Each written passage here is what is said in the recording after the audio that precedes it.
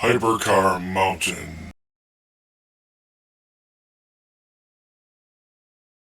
Hi, this is Larry Hatch for Hypercar Mountain, and today's episode is about two cars that are related, the Gumpert Apollo and the Apollyo IE. And they both have the name Apollo, even though they're made by two separate but related companies, and we'll talk a little bit about that in a bit. They happen to come in diecast form, and since they're both legitimate supercars, we're gonna figure you guys collecting diecasts are gonna want to have these because they're some of the rarest cars out there, and we'll talk a little bit about that. So here's a picture of the four that I have. The two on the left are the Gumpert Apollos. They kind of look like chubby little lumpy Bugattis with going doors. And the two on the right are the very, very lower, more modern Apollyo Intensa Emozioni, which means intense emotions. Now, these are not Italian-made cars, but that's another story. So anyway, both are available in diecast. A lot of people don't know that. I bought the blue Apollo, Gumpert Apollo from Siku quite a few years ago when it first came out as a car. And then I either gave it away or sold it. I think I probably sold it. So I've had to reacquire it and to get the second one. And we'll talk about these variants. So here's just an overview of the four models I have. The Gumpert Apollo on the left and the Apollyo IE on the right, which is the car that took over that failed company because Gumpert failed. Now, let's look at these a little bit. The Gumpert Apollo was first offered by Siku in the blue, and it's since come into other colors, and we're going to talk about that in a moment. And so I'm glad I have two of these now. The real car is quite a impressive car, and this is the most famous one in real life. It's a beautiful blue and white car, and it's a matter of taste whether it's better than a Bugatti Veyron in looks. I think they're a little bit better than some of the Bugattis, but they're not quite as premium right now. This car right here did the Nürburgring Nordschleife in 7/11/57. So let's look at that record. And that's what partly makes the Gumpert Apollo a special car. We don't really know how many they made, but they made them for a long period of time. And we'll talk about that in a second. Gotta keep saying that. Anyway, okay, here's from Wikipedia. So back in 2009, the Gumpert Apollo Sport, which was the better version, did 7/11/57 on the Nürburgring. And I put it in context here. It beat the Porsche 911 GT3 from 2017, Corvette C7 Z06, run by Christian Gebalt. And that was a pretty famous run because he beat a lot of Porsches, including the 918 Spider. So the Gumpert Apollo Sport was even faster, and this is way back in 2019. I included these dates on here because if you look, that record held up for quite a few years. It's slower than the McLaren 650 and 720, but not by a whole freaking lot. And you can see the cars at the top. It took a while to beat it. So for a good long while, and I think they tell me now it was about 3 years, the Gumpert Apollo was the fastest legitimate production car in terms of the Nürburgring. A lot of people are bringing race cars and heavily modified cars, trying to claim they had record. But this Gumpert Apollo is fairly stock that you could buy it and have it at home. And again, it's the famous blue and white one. Let's look at a comparison between the Gumpert Apollo, which is the original company, and the company that took them over, the Apollo company. We don't know how many Gumpert Apollos they made. They say it's around 60. And some people are saying they were trying to make 12 a year, which might be the right number, but nobody's really sure. There's not a lot of them, put it that way. It's certainly under 100. Some people think it could be as low as 40. I really researched the heck out of this, and 60 was the best number we could come up with based on an interview I saw. Now, the Apollo IE from the beginning was going to be a super rare car. And I've seen pictures of only 3 of the 10 that they're going to make. Strict limit on 10. But look at the difference in price. Even back in the day, the Gumpert was $600,000. Although in 2005, that was a pretty hefty amount of money. But the new car is 2.6 to 3.1 million. You can pretty much do whatever you want on it. So I imagine some people are going a bit higher than that. The original Gumpert Apollo was made for quite a few years, 2005 to 2020, and if they made 10 a year, yeah, maybe they did make about 60. It's hard to say because we know they only made like a few in the first few years. The engine for the Gumpert was a 4.2 liter biturbo based on an Audi biturbo. The modern car is a naturally aspirated 6.3 V12. So it had to bump that thing up. You're not gonna buy a $3 million car with a 4.2 liter. Probably not, unless it's some very rare exotic race engine. You pretty much need a V10 or 12 in that price range. The Gumpert Apollo had 2 versions, 650 horsepower and 700 in the sporty version. And that's the one that did the 711 on the Nürburgring, the 700 horsepower version. The new car to fit into hypercar space does 780. The Gumpert did 3.1 seconds, and the new car 2.7. The Gumpert was mostly fiberglass back in the day. So it only weighed about 1,100 to 1,200 kilograms, but you could get some carbon fiber parts on it.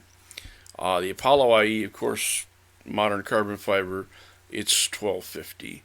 And again, they were making fiberglass cars with tubular chassis back in the day, and those would be 1,100 kilograms, and they'd be lighter than these modern carbon fiber supercars, hypercars. But, you didn't want to crash one because you'd probably die. So going to carbon fiber and adding a little bit of weight is not a bad thing for the survivability of the car and it not falling apart. So let's look at the second one, the modern car, and that's the Apollo IE, the Intensa Emozione. And the car on the left is one made by Siku, and that has not been out very long. I just saw it about a month ago and got it. At least, maybe it was in some of the European markets, but on eBay, I just recently saw it and grabbed it. Long before that, I had placed an order for the car on the right, which is made by Pico, and it's a resin car. And it's very small, very petite, but it's got more details than the Siku car, and the photos don't do it justice because it actually has a sort of color shifting paint. It kind of has a golden toffee color. With this particular Nikon flash, it looks chocolate brown, but if I were to look at it with my phone, it would look like a brownish purple almost a dark violet. So even this resin car has a little color shifting properties like the real car, which is kind of interesting. But I apologize, it doesn't photograph well here, and I took a whole bunch of pictures. I probably am not an expert enough in photography. I probably should vary my filters and flashes, but I just don't have the time. I spent like 30 minutes trying to get some more colors out of this, and I couldn't. But let me show you some professional pictures of these Pico cars, these resin cars, and the one I have is the one that's on the upper right, which to them looks almost like a burnt orange. Again, this car is all over the map. You can get it in a dark purple, a white, a red, and a black. They are not cheap.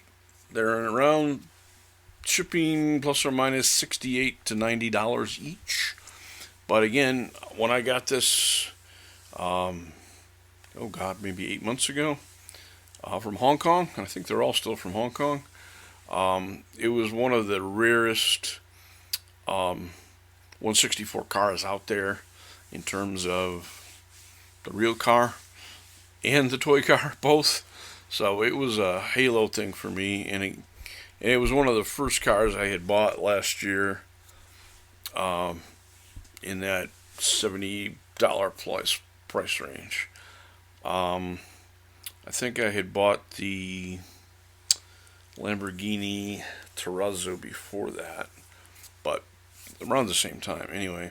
So this gives you an idea on the Pico resin cars, and I wanted the color shifting one. It's not perfect color shifting, but like I say, it goes from kind of a golden brown to a dark brown to a violet,